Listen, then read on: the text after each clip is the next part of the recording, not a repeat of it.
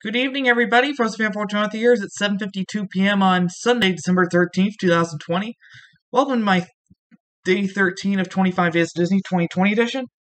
Hercules is going to be the film we're going to be talking about. It was released in the summer of 1997, featuring the voice talents of Tate Donovan, Susan Egan, Danny DeVito, James Woods, and many more.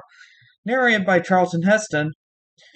It's a story about a young demigod who was kidnapped by Hades' evil minions playing Panic at birth, and Zeus ruled all on Mount Olympus, so they had to turn Hercules mortal. And he lived on Earth with Alcmene and Amphitryon, and he tried his best to fit in with the others, but he couldn't because of his strength. Because he didn't drink the final drop of the potion that Hades gave him. So he goes to Philoctetes, who trained all the heroes, but he said he was retired.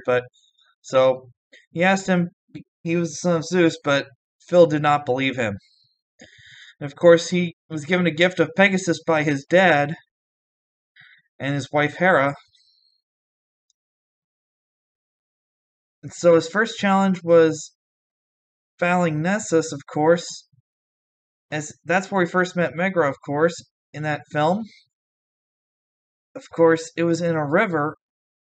He defeated him, but Phil told him not to be distracted by looking at some of those goo-goo eyes. Yeah. That was a funny part. And of course, his major battles in Thebes when he takes on the Hydra, and he ends up slaying the Hydra, which is really great, of course. The Muses themselves told the story of it. Music was done by Alan Menken. It was nominated for a few Academy Awards for Best Song. Of course, Ricky Martin sang a Spanish version of Go the Distance. Of course, that's in the Latin American dubs of the movies, which some of you may have seen, some of you may not have. You may not have been from that part of the globe, but that's what he did. And of course, Hercules was their last hope to try and defeat Hades to stop ruling Mount Olympus. When he unleashed the Titans, Hercules had to fight them along with his dad Zeus to rescue the other gods. And of course, he had to give up his strength to Hades for 24 hours, and in the end, Hercules was able to save Meg.